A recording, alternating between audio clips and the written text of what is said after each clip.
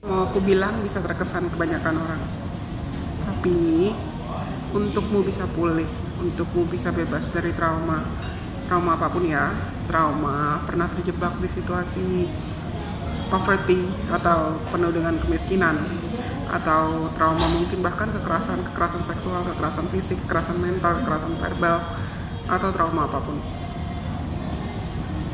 You have to feel it.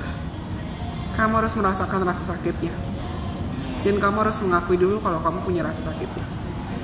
Kamu harus mengakui kalau I went through that. Aku pernah ngalamin itu. Aku pernah menjadi korban. Aku pernah sakit.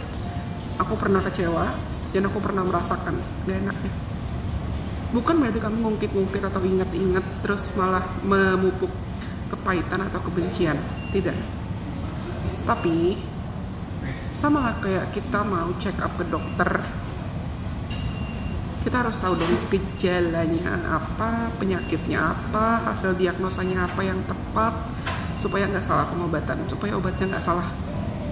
Nah, kalau nggak diobatin makin parah pasti dong obatnya, makin parah pasti penyakitnya. Nah, kalau kamu nggak mengobati luka kamu, nggak mengobati trauma kamu, parah banget pasti dampaknya. Kamu bisa kehilangan pegangan atau kehilangan identitasmu sendiri. Kamu mungkin bisa takut buat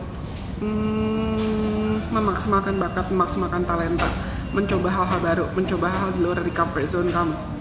Atau bahkan kamu juga bisa takut untuk berkenalan dengan orang-orang baru, memperluas koneksi, atau bahkan menjalin hubungan romantis dengan orang lain. Kenapa? Karena biasanya banyak orang yang pernah jadi korban trauma itu terlanjur gampang minder, gampang insecure, gampang ngerasakan dirinya nggak berharga, gampang ngerasakan dirinya nggak berdaya, gampang ngerasakan dia nggak punya values, nggak punya kualitas, nggak punya potensi, nggak punya hak buat bahagia. Padahal hak bahagia itu adalah hak semua orang. Pulih dan sembuh dari trauma, pulih dan sembuh dari masa lalu yang menjebak, itu hak semua orang. Trust me in this one. Tapi ya tadi kuncinya satu, validasi emosinya, rasakan emosinya, jangan terus-terusan kabur dari emosinya ke obat-obatan, alkohol, seks, atau apapun. Semakin kamu pendam, semakin kamu suppress, semakin suatu saat kamu akan meledak.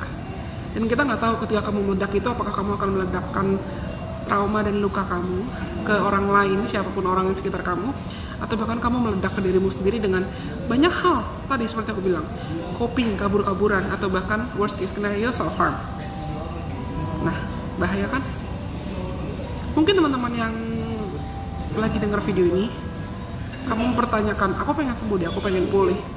Aku perlu bilang ke kalian kalau keinginan kamu untuk pulih, keinginan kamu untuk sembuh, dan keinginan kamu untuk menyambut hidup yang baru, itu mutlak kok, itu valid kok.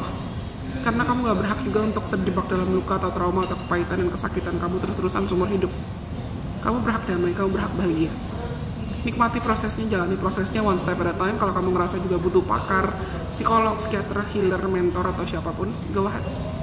Daripada ditahan sendirian.